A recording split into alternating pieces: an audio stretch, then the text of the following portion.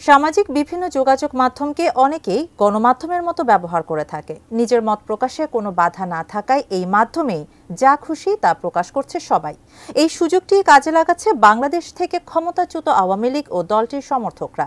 আর এবার ভারতে থেকে শেখ হাসিনার ভাষণ ছড়িয়ে পড়েছে ফেসবুক জুড়ে। তবে আসলেই কি ভারত থেকে প্রথমবারের মতো ভাষণ দিয়েছেন সাবেক প্রধানমন্ত্রী শেখ হাসিনা? বিস্তারিত ইশতিয়াক হোসেনের প্রতিবেদনে। ৫ আগস্ট গণ-অভ্যুত্থানের মাধ্যমে পতন ঘটে আওয়ামী লীগের ১৫ বছরের শাসনামলের। আর দীর্ঘদিন বাংলাদেশের প্রধানমন্ত্রী হিসেবে দায়িত্ব পালন করা শেখ হাসিনা ক্ষমতা ছেড়ে ভারতে পালাতে বাধ্য হন। এরপর থেকেই ভারতে আত্মগোপনে বসবাস করে আসছেন আওয়ামী লীগের এই সভাপতি। এতদিন তার অবস্থান বাংলাদেশে ফেরা ও নতুন করে ক্ষমতায় আসা নিয়ে সামাজিক যোগাযোগ মাধ্যম জুড়ে ছিল হাজারো গুজব। তবে এবার নতুন করে একটি ভিডিও সামাজিক যোগাযোগ মাধ্যমে ছড়িয়ে পড়েছে ৩০ জানুয়ারি, যার শিরোনামে লেখা ইন্ডিয়া থেকে শেখ হাসিনার ভাষণ। ভারতে পালানোর ৬ মাস পর শেখ হাসিনার এই ভিডিও নিয়ে এখন নতুন করে তৈরি হয়েছে আলোচনা।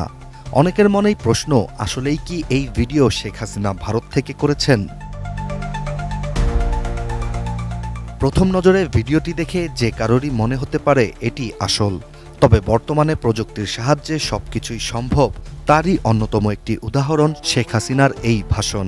ভিডিওটি নিয়ে গভীর পর্যবেক্ষণ ও খোঁজাখুঁজি করলে দেখা